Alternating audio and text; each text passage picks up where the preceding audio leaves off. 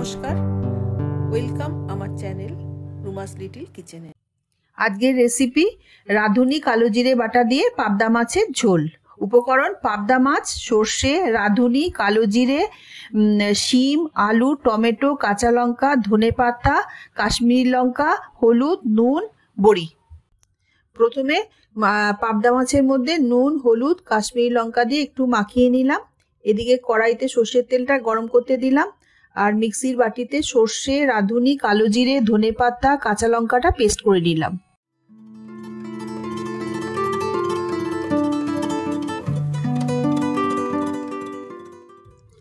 কড়াইয়ের তেলটা গরম হয়ে যাওয়ার পর বড়িটা ভেজে তুলে নিলাম।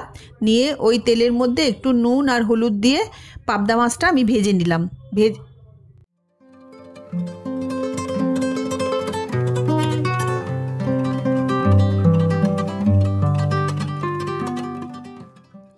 এবার মাছটা তুলে নেওয়ার পর কালো জিরে আর কাঁচা লঙ্কা ফোড়ন দিলাম, দিয়ে আলুটা দিয়ে দিলাম। আলুটা একটু নেড়ে শিম আর টমেটো, কাঁচা লঙ্কা দিয়ে দিলাম।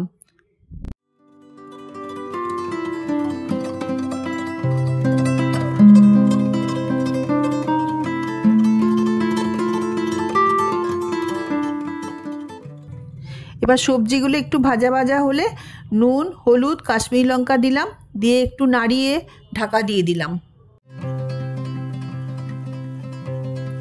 এবার সবজিটা একটু নাড়িয়ে নিয়ে ওর মধ্যে রাঁধুনি, কালো জিরে, সর্ষে বাটাটা দিলাম, দিয়ে নাড়িয়ে নিয়ে একটু সামান্য চিনি দিলাম, দিয়ে ঢাকা দিয়ে দিলাম।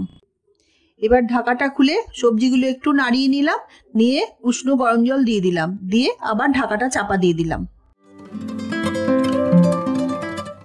এবার ঢাকাটা খুলে একটু নাড়িয়ে বড়িগুলো দিয়ে দিলাম।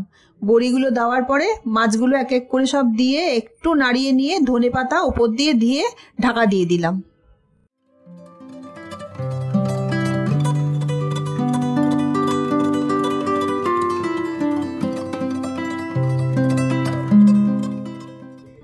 রেডি আমার রাঁধুনি কালো জিরে বাটা দিয়ে পাবদা মাছের ঝোল।